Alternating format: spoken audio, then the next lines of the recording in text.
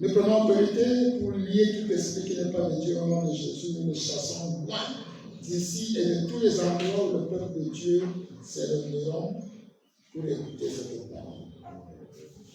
Nous prenons autorité pour déclarer que cette parole va atteindre toutes les destinations sans perturbation vers les autres. Bénis tout ton peuple qui écoute et que tout soit fait pour l'honneur et la gloire du Père Céleste, pour l'enrichissement spirituel du peuple de Dieu. Nous avons ainsi prié au nom de Jésus-Christ, qui est notre Sauveur, notre Seigneur, notre époux, notre Sauveur sacrificateur, notre roi des rois. Il est tout pour nous, celui-là qui vient bientôt. Et le peuple de Dieu dit Amen. Amen. Un très joyeux bonjour à tous. Bonjour. Et soyez le bienvenu dans cette salle au moment même où Dieu l'a voulu. Car c'est Dieu qui est le maître absolu des temps et des circonstances. Un bienvenu particulier à notre frère qui vient de souhaiter et qui a décidé de venir assister au culte ce matin, ici en Syrie. Nous vous le présenterons lors des nouvelles. Chers frères et sœurs en Christ, n'ayons peur de rien. Amen. Dieu est avec nous et le Tout-Puissant sera toujours et éternellement avec nous. Amen. C'est le thème de ce matin. Et ça, c'est ce que nous avons donné ce matin. Juste ce matin. N'ayons peur de rien. Pourquoi? Parce que Dieu est avec nous. Et ce Dieu-là, le Tout-Puissant, sera toujours et éternellement avec nous. Paul l'avait très bien compris, et sous l'inspiration de Saint-Esprit, dans sa lettre aux Philippiens, chapitre 1, et au verset 21, qu'il a affirmé de tout cœur. Ce n'est pas de vaines paroles. C'est une réalité. Il disait ce qu'il vivait, ce qu'il pensait. Qu'est-ce qu'il a écrit? Car Christ est ma vie. Première chose, il dit Christ est ma vie. Deuxième chose. Et la mort m'est un gain. Et la mort m'est un gain. Deux choses claires. Christ est notre vie.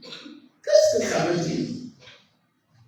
Ça veut dire que par la révélation, nous avons compris que l'Église était le corps de Christ. Et que chacun de nous en est un membre. Si vous l'avez oublié, 1 Corinthiens 12, au verset 27. C'est une vérité spirituelle. Jésus est la tête, l'Église le corps, et c'est les deux qui forment Christ.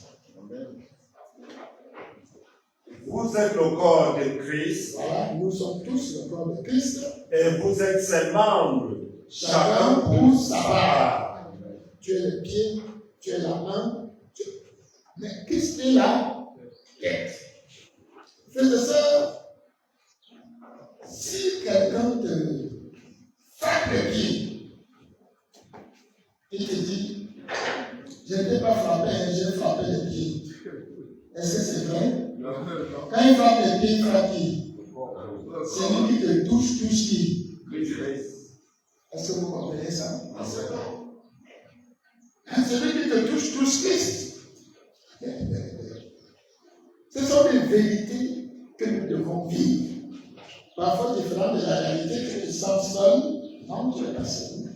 Tu es le corps, le membre d'un corps Christ. D'ailleurs, ton corps là, que les gens veulent atteindre, dans 1 Corinthiens 3, Dieu nous a dit beaucoup de choses, mais que nous ne retenons pas et que nous ne vivons pas. 1 Corinthiens 3 et au verset 16 jusqu'à 17. Écoutez attentivement ce qui nous est révélé. Ne savez-vous pas que vous êtes le temple de Dieu? Nous sommes quoi? Le temple de Dieu. C'est-à-dire que ton corps héberge Dieu. Quel Dieu? Le Saint-Esprit. Vous le savez, mais vous n'y croyez pas. Partout où tu t'en vas, Dieu est avec toi. Tu es son temple. Tu l'héberges. Et que c'est la route? Et que l'Esprit de Dieu habite en vous. Oui. Si quelqu'un détruit le temple de Dieu, Qu'est-ce qui va se passer? Dieu le détruira. Essayez de détruire l'enfant de Dieu. Le corps de l'enfant de Dieu, le temple où habite Dieu. Et Dieu dit que c'est lui qui te détruit, lui-même va aussi le détruire. Dieu a alors peur de quoi? Il te pose la question. Le président a étudié, il est là-bas. Essaye d'aller rôder cela. Ce n'est pas dit la pierre. Essaye d'aller vers le portail. Tu commences d'abord à aller au portail. Dieu te révèle que tu es son temple. Il habite en toi. Les petits sorciers qui tournent à gauche à droite, les méchants qui tournent à gauche à droite peuvent te toucher n'importe comment. Voilà pourquoi Christ est ma vie veut tout dire. L'homme vit sur la terre pendant un certain temps que Dieu a déterminé. Vous connaissez le cycle de la vie d'un homme tel que Dieu a programmé. Dieu a d'abord créé tous les hommes. Ils sont créés d'esprit. Mais l'esprit ne peut pas vivre sur la terre, ne peut rien faire sur la terre. Voilà pourquoi il lui a formé un corps. Et il a décidé, il a programmé le moment où tu dois donc, maintenant que tu es créé, venir naître sur la terre. Et quand tu nais sur la terre, il a déterminé le temps que tu dois passer sur la terre. Et même ce que tu dois venir faire sur la terre. Ah, il n'y a pas de hasard. Et un jour, tu dois quitter la terre. Ton corps qui se meurt doit mourir un jour. est l'âme, et ne meurt pas. L'esprit est l'âme, quitte le corps, l'esprit retourne à qui? À Dieu qui l'a donné, et l'âme s'en va selon que tu as choisi d'accepter Jésus-Christ comme ton sauveur ou non. C'est l'âme qui est jugée. Parce qu'il dit que l'âme qui pêche, c'est celle qui meurt. Donc tu as une vie sur la terre. Christ est cette vie. Qu'est-ce que ça veut dire? En mouvement. Il ajoute, et la mort n'est qu'un mort. Parce que quand ton corps est mis dans la poussière, eh bien, ton esprit rentre à Dieu, ton âme s'en va continuer de vivre où? Dans ce qu'on appelle l'eau de l'âme. Mais nous préférons appeler dans l'éternité. Là-bas, c'est l'éternité. Tu sors du temps et de l'espace. Tu entres dans l'éternité. Après la mort, il y a une vie là-bas. Si tu savais quelle est la vie qu'on est là-bas, tu devrais faire comprendre. Parce que Paul ne s'est pas arrêté à dire que Christ est sa vie et la mort lui est un bien. Il a continué. Qu'est-ce qu'il a dit? Philippiens 1, à partir du verset 22 jusqu'au verset 24. Et écoutons comment il explique les deux vies là. Les deux sont là.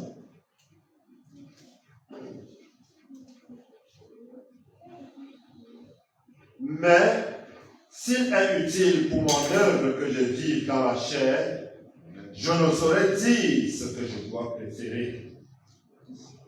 Je suis pressé des deux côtés. J'ai le désir de m'en aller et d'être avec Christ. Ah, voilà l'éternité de Dieu. On dit, j'ai le désir de m'en aller. Ce qui, de beaucoup, est le meilleur. Quand on tuait les Juifs, un jour ils ont fait venir une famille juive. Alors, on a dit, tu choisis, ou tu blasphèmes en disant que Jésus n'est pas Dieu, que tu ne crois pas dans lui, on te laisse avec ta famille, ou tu dis que tu crois en Jésus et on te termine. Les lions qui sont là, on va ouvrir, ils vont te dévorer. Comme l'homme réfléchissait, sa femme dit, quoi, tu réfléchis quoi? Mais on va le faire dans une seconde, nous serons avec le Seigneur. Amen. C'est cette vision-là qu'il faut avoir. Et Paul dit que quitter ce corps pour la route du Seigneur, c'est beaucoup mieux que de vivre sur cette terre.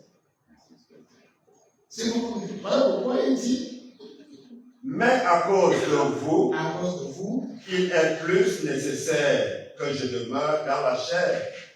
Voilà. Parce que Paul devait encore convaincre, annoncer l'évangile, fortifier, et dire, bon, voilà pourquoi je reste dans la chair. Mais autrement, si j'ai un choix, je préfère quitter ce corps. 32, Corinthiens chapitre 5, verset 8, il a répété là-bas que pour lui, s'il faut faire un choix, c'est de quitter ce corps et d'aller au pays du Seigneur.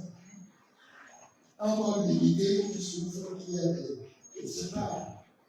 Nous sommes pleins de confiance et nous aimons mieux quitter ce corps et demeurer avec le Seigneur.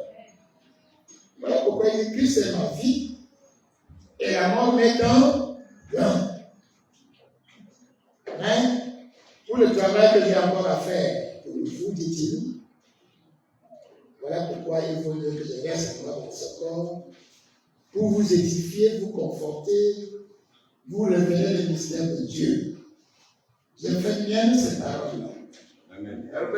Amen. Si j'ai un choix, je préfère aller au pays du Seigneur.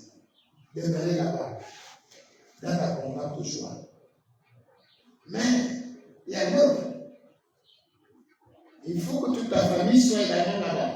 Il faut que tes amis soient là-bas. Tout ce que Dieu va envoyer doit aller là-bas, dans son éternité.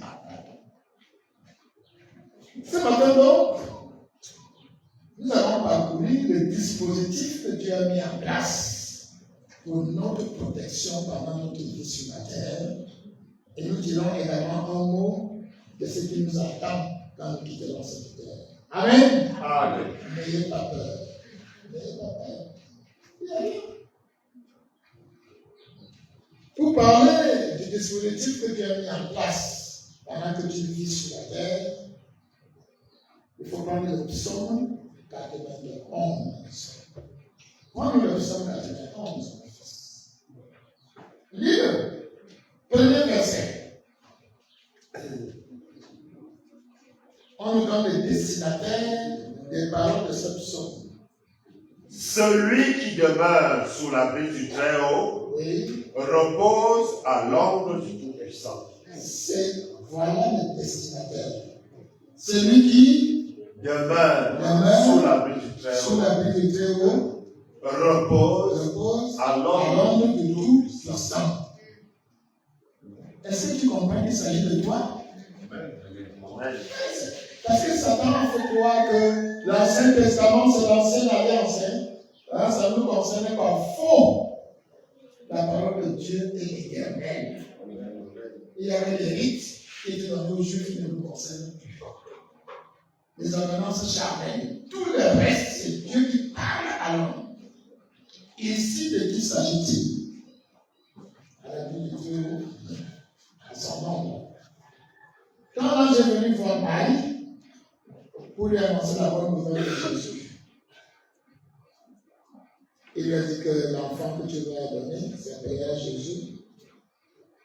Et sera ceci, le roi pour l'éternité et tout ce que vous connaissez. Dans 2 chapitre 1,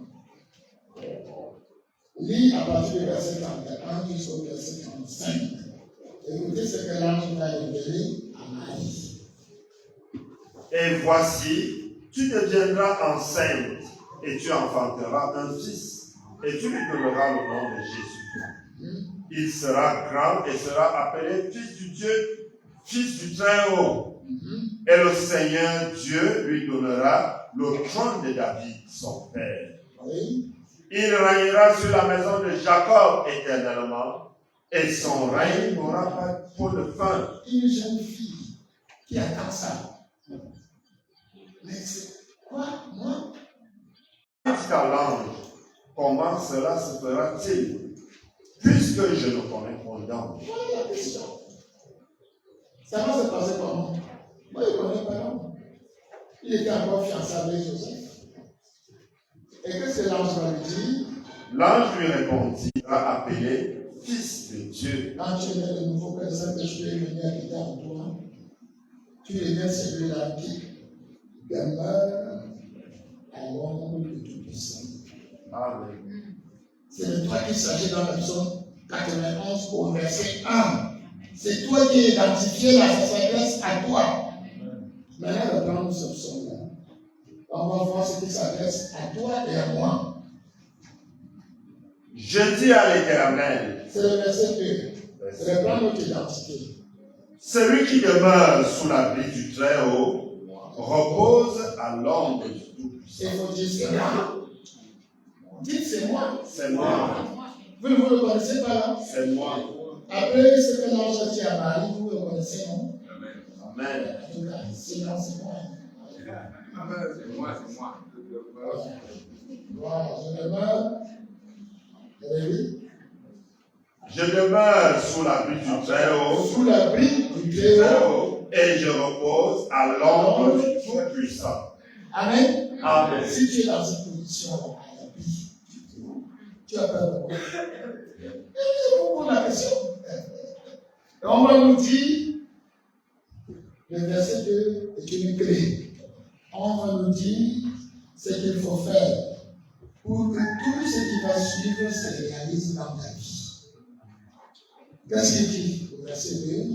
Je dis à l'Éternel, mon refuge et ma forteresse, mon Dieu en qui je me confie. Ici, c'est toi qui dis. C'est la prière. Hein? Vous entendez? Il faut dire à l'Éternel qu'il est ton rocher. Que tu es sous son abri. Dis-le. L'Éternel, c'est le principe.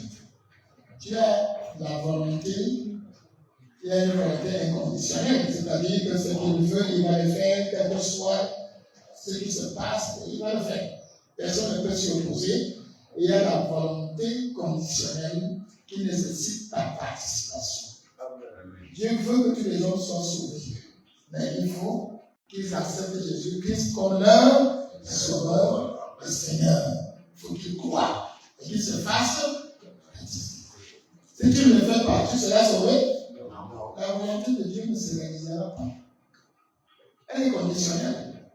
Et pour que la volonté conditionnelle de Dieu se réalise, c'est la prière qui fait descendre les choses du ciel sur la terre. C'est la prière. C'est pour ça que Dieu a donné la prière à l'homme et rien à aucune autre espèce ne prie. Il n'y a que l'homme qui a le privilège de prier et à l'instant même, Dieu réagit. Ici, au verset 2, il y a la prière. C'est-à-dire que nous devons dire à Dieu qu'il est notre refuge, notre abri, il est notre tout. Ah oui, parce que dans 1 Corinthiens 4, il dit que Jésus est tout pour nous. Tout. Quand tu as son abri, tu es tranquille. Mais il faut demander pour recevoir. Amen. Amen. Qu'est-ce que Dieu veut donc pour toi qui as son abri? Commence, on va lire du verset 3 au verset, je crois qu'on va aller jusqu'au verset 9. Vas-y, écoute les choses que tu attends de Dieu pendant que tu vis sur la terre. Car c'est lui qui te délivre du filet de l'oiseleur. Il te délivre du filet de l'oiseleur. L'oiseleur, c'est le diable. Qui jette ses filets par ses tentations. Les tentations, c'est le filet pour t'attraper. Mais c'est comme quand on jette l'ensemble, on met la part. Il met les appâts là-dedans, les choses qui vont t'attirer. Il sait que tu aimes ça. C'est ça qui te balance. Mais Dieu t'en délivre. Amen. Continue. De la peste et de ses ravages. Vous ne connaissez pas les maladies? Il te délivre de toutes les maladies. Oui, les promesses divines. Continue. Il te couvrira de ses plumes et tu trouveras un refuge sous ses ailes. Couvert comme une mère couvre de ses plumes, ses enfants. Les pervers pour tourner dans les poules qui essaient de venir. Quand Dieu, le Tout-Puissant, il te couvre. Quelqu'un peut approcher. Mais cette façon-là, c'est pour toi. Et pour moi. N'ayez peur de rien. Amen. Et il va qu'ils appellent des gens qui s'afforaient là. Les soldats, les soldats là, sont là pour que la sécurité. C'est le bandit qui appelle les soldats. Vous allez voir ce qui est le dispositif que Dieu a placé. Continue. Sa fidélité est un bouclier et une cuirasse. On te rassure. Dieu dit, je suis fidèle. Tout ce que je dis que je fais, je suis fidèle, je le fais. Mais à quelle condition que tu le demandes? On a vu le verset 2, non? À condition que tu le demandes. Parce qu'à un moment donné, la terre, il ne fait rien sur la terre sans que toi, l'homme, tu l'interviennes. On a déjà fait beaucoup d'études pour le démontrer. Je vais vous donner un exemple là-dessus. Voyons d'abord les immunités, les privilèges qui sont accordés. Des dispositifs de sécurité. Continue. Tu ne craindras ni les terreurs de la nuit, ni la flèche qui vole le jour. Ça, c'est les guerres, les insurrections et tout. Partout où on jette les armes là, on tire les armes là. Tu ne dois pas craindre ces choses. Et quand il marche dans la vie, tu ne dois pas craindre ces choses. Dieu est avec toi. Amen. Mais il te conseille par ailleurs d'éviter les lieux obscurs. Les promenades nocturnes, tu cherches quoi? Tu cherches. Dieu a fait la nuit pour qu'on se repose. D'autres font la nuit pour aller faire je ne sais pas quoi. On dit que certains se transforment en je ne sais pas quoi, en animal, pour aller manger les cabosses de cacao de son frère. Vous avez appris toutes ces choses, non? Et toi, tu es couché sur ton lit, tu t'es reposé comme Dieu l'a dit, et tu lui as demandé la mise en alerte de ce dispositif de sécurité. Lui-même a promis. Continue. Ni la peste qui marche dans les ténèbres, Voilà encore les maladies. Continue. ni la contagion qui frappe en plein midi. Toujours la maladie. Mais quand tu es malade, qu'est-ce que Jacques a dit?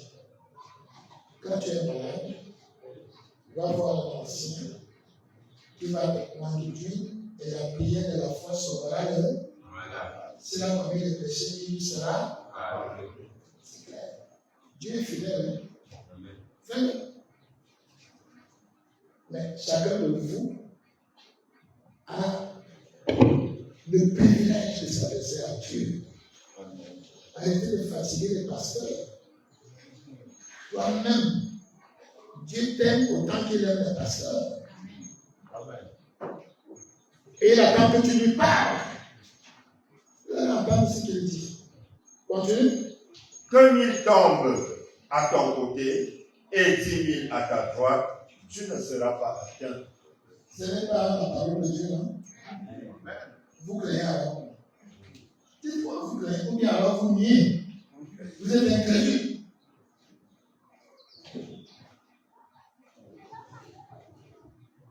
Dieu te donne des garanties pour ta protection sur la terre.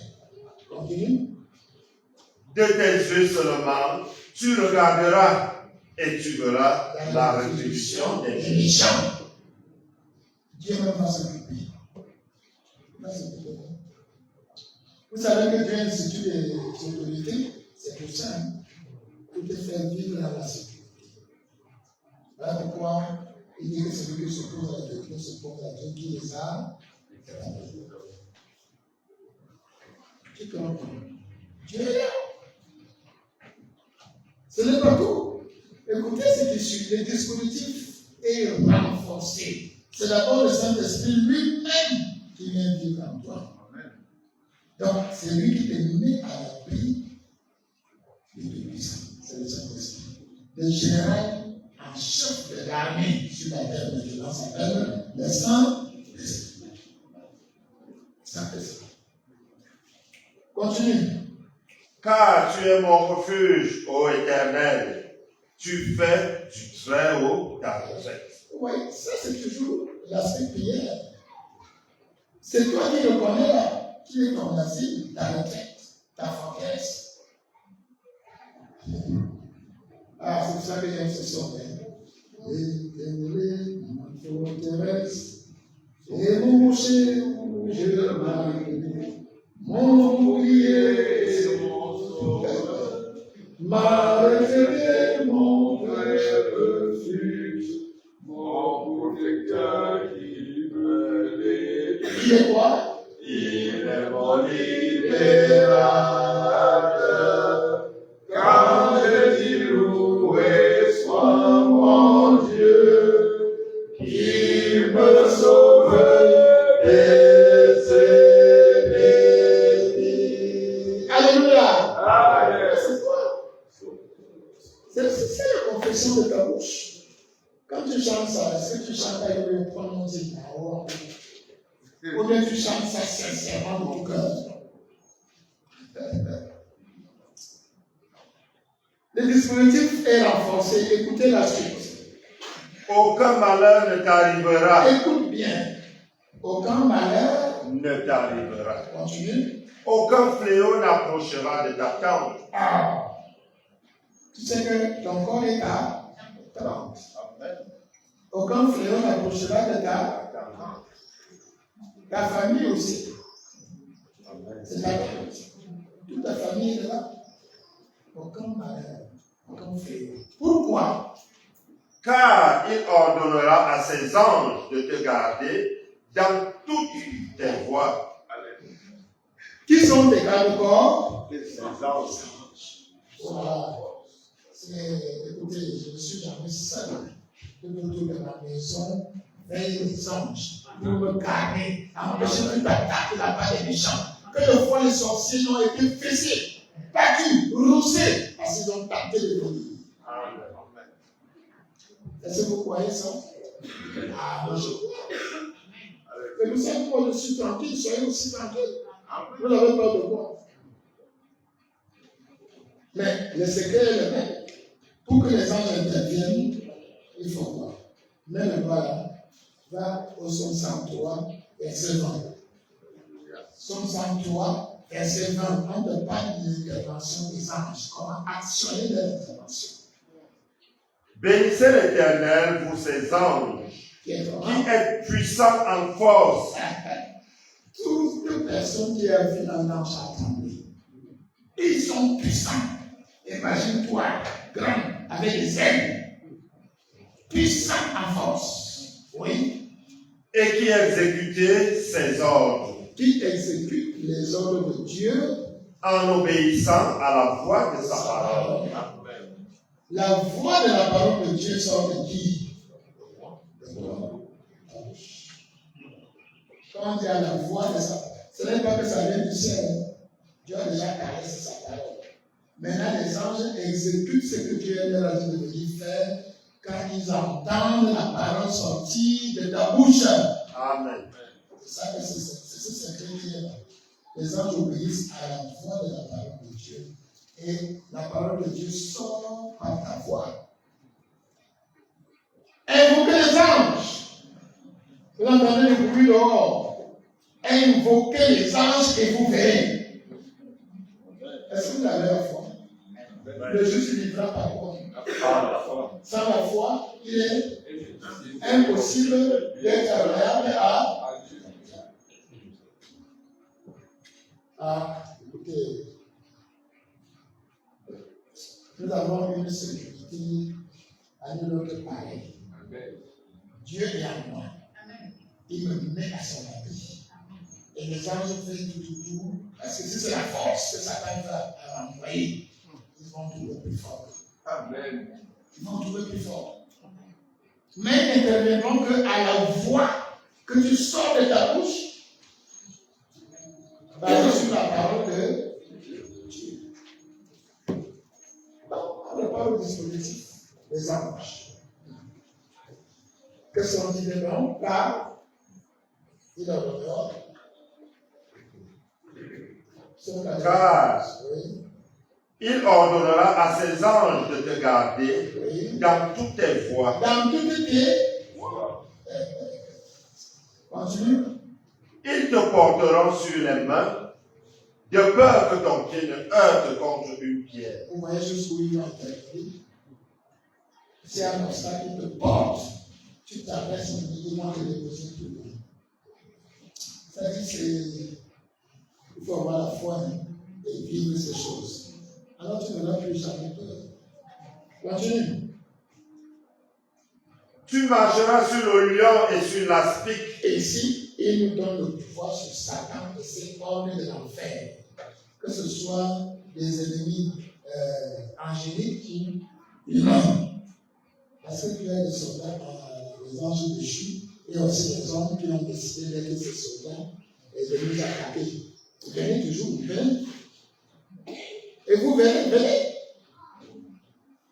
Dieu nous donne le pouvoir là. Il dit que nous allons marcher sur qui? Sur le lion et sur l'aspic. Oui. Tu fouleras le lionceau et le dragon. Qui est le dragon ancien? C'est lui et toutes ses armées. On va marcher sur. Une seule goutte de sang de Jésus détruit tout l'enfer. Et tu as ce sang de Jésus. Le sang de l'asperge, tu asperges avec ta langue. On a déjà vu tout ça. Il faut mettre en pratique que nous sommes au moment de la fin où il faudra vivre de toute parole qui sort de la bouche de Dieu. Je crois que c'est dans le 19 où il nous donne le pouvoir. Écoutez, vivons par la foi, Marchons par la foi et non plus par la foi. Par la foi. Bon, continuons. Notre psaume 91. Puisqu'il m'aime, je le délivrerai. C'est Dieu qui parle là. Amen. Pour donc qu'il intervienne, il faut Amen. l'aimer. L'amour de Dieu consiste à garder ses selon le pays. Oui. Et il va te délivrer. Carrément. Continue. Je le protégerai puisqu'il connaît mon nom. Ah, tu connais la puissance du nom de Jésus. Qui est Dieu d'ailleurs. Pour ça, quand nous prions en disant au nom de Jésus, que ceci se passe.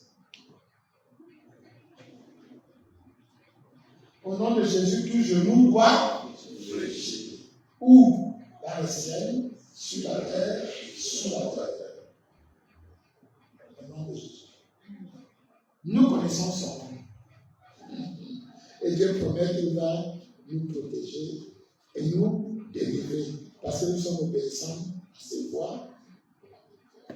Et parce que nous connaissons son nom. Et qu'est-ce qu'il dit?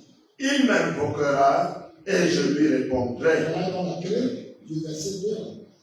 Il faut donc l'invoquer et il te répondra. Si tu te tais, tu vas subir.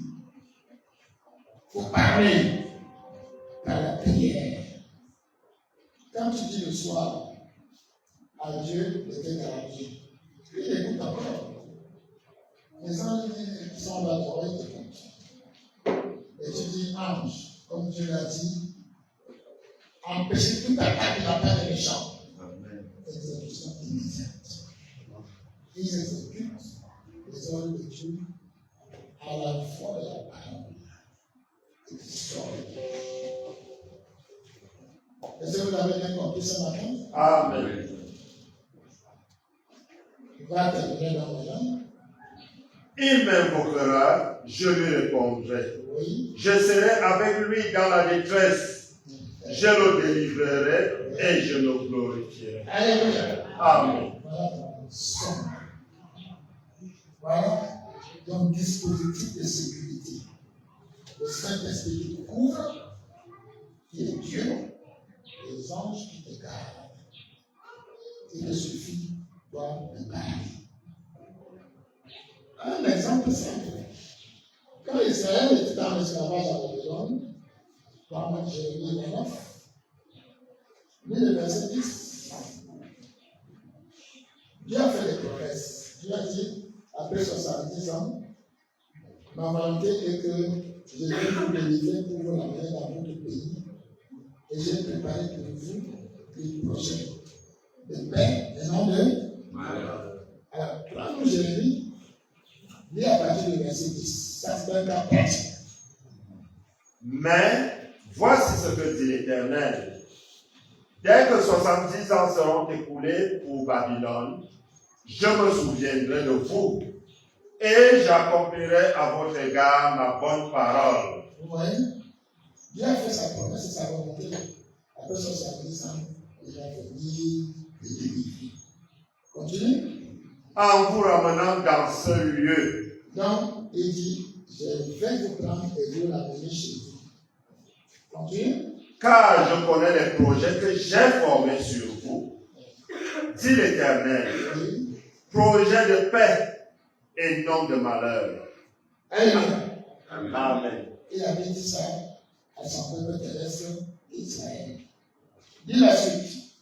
Afin de vous donner un avenir et de l'espérance.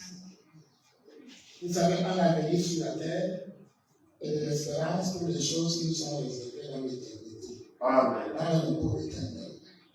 Nous avons vu ça. Sur la terre, Dieu a fait des projets qui ont une destinée surnaturelle. Et d'ailleurs, là, tu entres dans son repos éternel. Là où il y a abondant de joie. Des délices. Ok. Maintenant, continue la lecture. Vous m'invoquerez. Dieu dit maintenant ce qu'il faut faire. Il dit, vous m'invoquerez. Et vous partirez, vous me prierez. Et vous partirez. Et vous partirez. Maintenant, deuxièmement, Vous me prierez oui, et je vous exaucerai. on entendait. Dieu dit, j'ai promis tout ça. Mais invoquez-moi et priez. Et alors, vous partirez comme j'ai dit. C'est ça la volonté conditionnelle. C'est ça. C'est la clé, la même clé qui vient de vous être donnée tout à l'heure. C'est la même clé que Dieu a donnée à Israël. Vous m'invoquerez et je vais vous délivrer. Vous allez me prier et je vais réaliser tout ce que je vous ai promis. C'est ça que tu dois faire. Ça, c'est ton statut sur la terre. Et, frères et sœurs, nous avons besoin de vivre par la foi, c'est-à-dire, la foi vient de quoi? Parce que l'on entend bien. C'est ça. La parole que tu entends, c'est ça qui t'amène la foi. Et savoir que tu vis de toute parole qui sort de la bouche de Dieu. Ce que Dieu t'a promis, demande-le-lui avec foi et tu le reçois. C'est tout. Ta protection, chaque jour, tu invoques Dieu. Tu pries Dieu pour ta protection. Et il le fait. Vous avez vu le dispositif de Saint-Esprit lui-même est là comme on peut dire, un rocher, maintenant les anges, et tout. Ah oui, c'est la force, les anges vont tuer les anges. Alléluia. Amen. Mais il a ajouté, la norme est un gamme, parce que c'est beaucoup plus, je voulais dire plus mieux, comme quelqu'un dirait plus pire, mais vous savez qu'en français, on ne dit pas. On dit seulement que c'est meilleur. C'est bien meilleur que ce que nous avons sur la terre. Et il faut que je termine par là pour vous dire un petit mot. C'est ce qui arrive juste après la mort. Parce que tout ça, c'est pendant ta vie sur la terre. Comme lui dit, tout est fait, même quitter la terre et aller au pied du Seigneur. Parce que pour nous qui croyons, le jour où l'esprit et l'âme sortent de ton corps,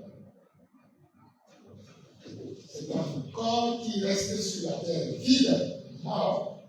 On met ça dans la poussière de la terre.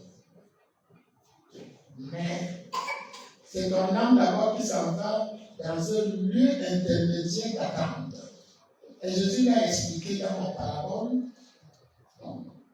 Donc, il insiste que c'est la parabole. D'autres disent que c'est une histoire vraie. Que Jésus a simplement réveillé le pauvre Lazare et le riche. Et nous savons qu'il y a eu deux destinations. Quand le pauvre est mort, les anges l'ont transporté dans le sang d'Abraham. Ils sont venus porter son corps pour l'amener là-bas. La question est-ce que les gens sont venus porter le corps pauvre? Que s'ils ont porté quoi? Son âme. Puisque selon Ecclésiaste chapitre 12, verset 9, reprenons ça. Ecclésiaste chapitre 12, au verset 9, on nous explique ce qui arrive après la mort. Avant que la poussière retourne à la terre. Donc, le corps fait de poussière retourne à la terre, c'est-à-dire à la poussière, comme Dieu l'avait dit, après le péché d'Adam et d'Ève. Comme elle y était, Oui. et que l'esprit retourne à Dieu qui l'a donné. Voilà ce qui arrive. Mais maintenant, il reste l'âme, parce que l'homme, c'est l'esprit qui vit dans un corps et qui a une âme. Où va l'âme? C'est cette âme-là que les anges transportent pour t'amener. D'abord, c'était dans le sang d'Abraham, mais depuis la résurrection de Jésus, il a ramené tout ce qui était dans le sang d'Abraham au ciel, et désormais, tout ce qui meurt en Christ s'en vont, leur âme s'en vont, ou dans le paradis céleste, au gré du Seigneur. 2 Corinthiens 5, verset 8. On a lu tout à l'heure, 2 Corinthiens 5, verset 8. est clair. Donc, quand un chrétien meurt, son corps reste, comme on est dans la personne de la terre. Son esprit retourne à Dieu le Père qui l'a donné, et son âme s'en va auprès du Seigneur. Qu'est-ce qu'il dit de Corinthiens 5, 8? Nous sommes pleins de confiance Et nous aimons mieux quitter ce corps et demeurer auprès du Seigneur. C'est ça, la révélation. Dans un premier temps, donc, on va notre âme va auprès du Seigneur, transporté par les anges. Ceux qui n'ont pas cru en Christ, quand ils descendent où?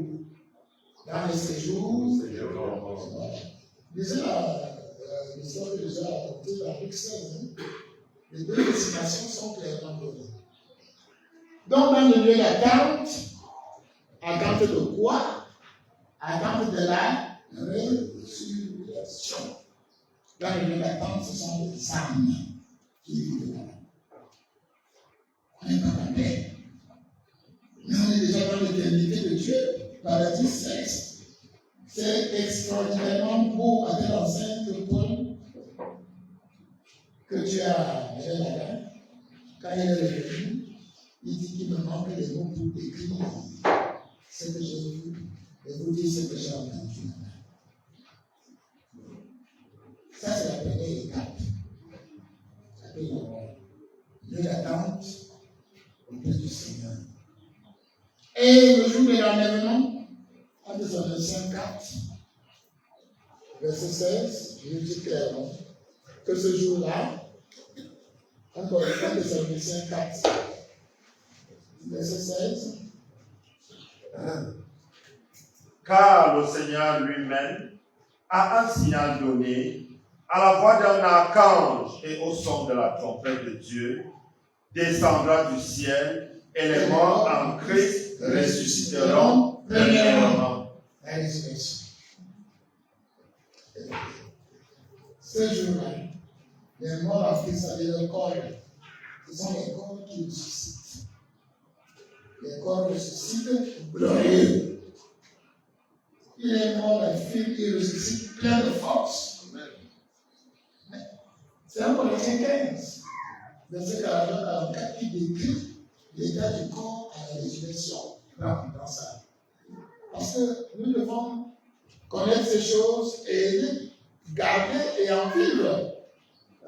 Qu'est-ce qui va te déranger dans la vie? Dès que ton esprit s'en va dans ces choses, tu restes tranquille. Tu dis au Père Seigneur, viens vite.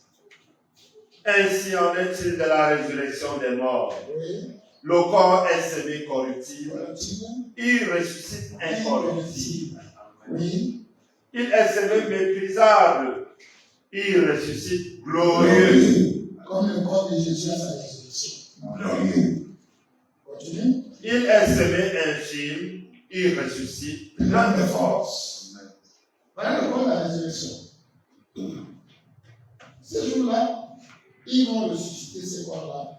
Dieu va renvoyer son esprit. L'âme va partir du paradis céleste. Et maintenant, nous serons complets. Avec un corps de mort. Dans un premier temps, nous allons entrer dans le royaume de Dieu.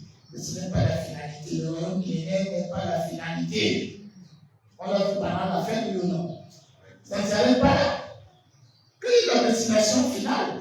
Écoutez, pendant que vous vous ressuscitez là, donc ceux qui seront vivants vont être transformés par la puissance de Jésus. Tout ce qui est écrit dans la dame de fou qui dans la tête de la fin. Et les ressuscités et les vivants transformés auront des corps de gloire et tous seront à la rencontre du Seigneur dans les airs pour aller où? Dans la maison du Père.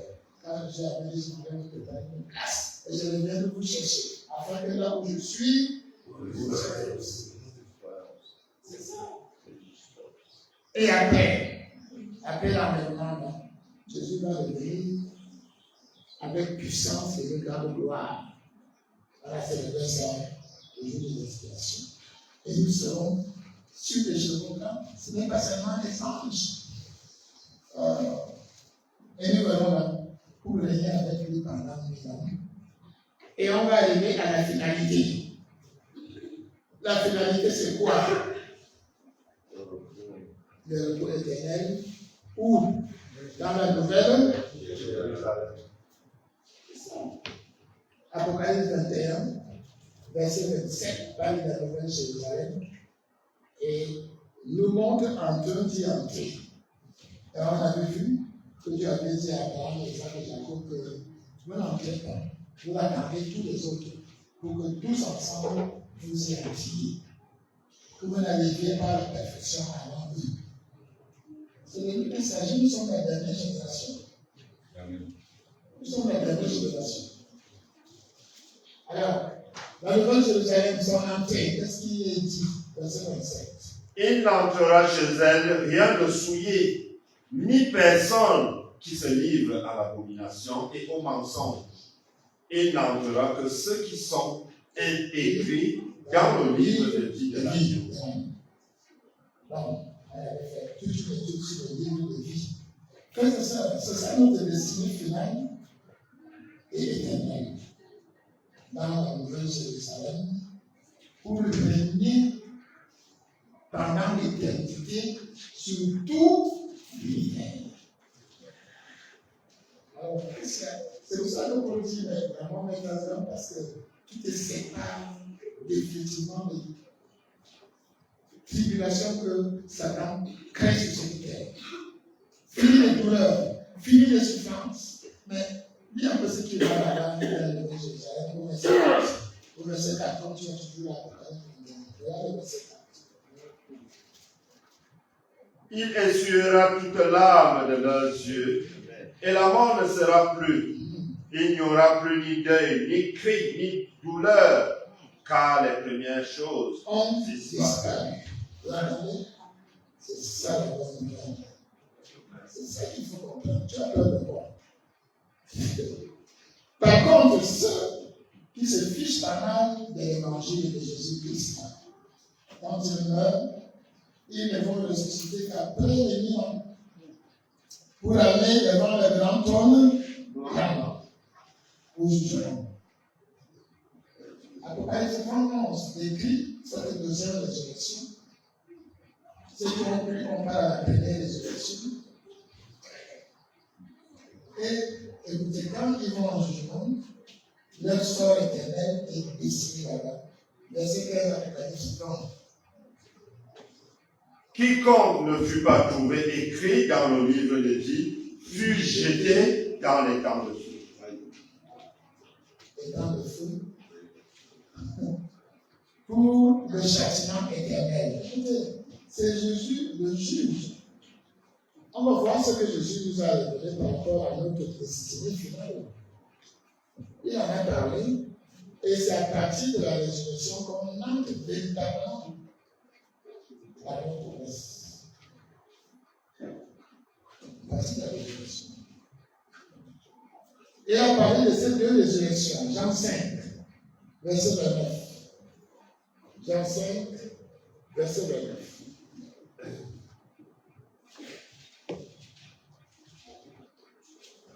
Qu'est-ce que Jésus a dit? Ceux qui auront fait le bien ressusciteront pour la vie. Pour la vie, arrête. Si tu es à Jésus, tu as fait le bien. Ta résurrection te donne droit directement à quoi? À la vie. On dit que tu ressuscites pour la vie. Maintenant, mais ceux qui auront fait le mal ressusciteront pour le jugement. Et ce jugement, on vient de voir. C'est donné par les hommes, tous. La deuxième résurrection, c'est tous ceux qui ont refusé Jésus-Christ. Ils vont ressusciter pour être tous jetés dans le temps de feu. Alors que ceux qui sont à Jésus, la dernière vague de la première résurrection aura lieu quand ses pieds touchent le monde de ses pieds. C'est les martyrs de la période de tribulation qui vont ressusciter les derniers. À partir de ce moment, c'est terminé. Personne n'entre. Terminé. Et c'est ceux-là qui iront jusqu'à la nouvelle Jérusalem. Et Jésus le dit, pour ceux qui sont en lui, verset 24. Toujours Jean 5, verset 24. envoyés à la vie éternelle. À la vie éternelle. C'est pas vrai. J'ai déjà la vie éternelle parce que je suis en Christ. J'ai Vous n'aurez pas rien. Et qu'est-ce qu'il garantit? Et ne viens point en jugement. Tu ne vas plus en jugement. Le jugement dernier, c'est pour ceux de la deuxième résurrection qui n'ont pas cru. Quand tu as Christ dès ta mort, tu es déjà jugé pour aller à la vie. Est-ce que vous comprenez? Et le grand juge, c'est Jésus. Il a rappelé les deux destinations finales. Dernier passage, Matthieu 25, verset 46. Il a rappelé les deux issues finales. Et c'est chacun, selon la vie qu'il mène maintenant, qui décide de sa destination finale par ses choix. Et ceux-ci iront au châtiment éternel. Parce qu'ils ont refusé Jésus-Christ comme le sauveur du Seigneur. Mais les justes sont ceux qui ont été justifiés par le sacrifice de Jésus. Dieu les déclare justes parce qu'ils ont cru. Justifiés. Ils sont décrétés justes. Et ils iront où? À la vie éternelle. À la vie éternelle. Ouais, une destination. Quelle sera ta destination? C'est individuel. C'est à chacun de décider avant qu'il soit trop tard. Que celui qui a les oreilles entende bien. Et si vous avez bien suivi ce que Dieu nous dit ce matin, n'ayons peur de rien. Dieu est avec nous et il sera toujours éternellement avec nous. Que Dieu vous bénisse au nom de Jésus. Amen. Amen.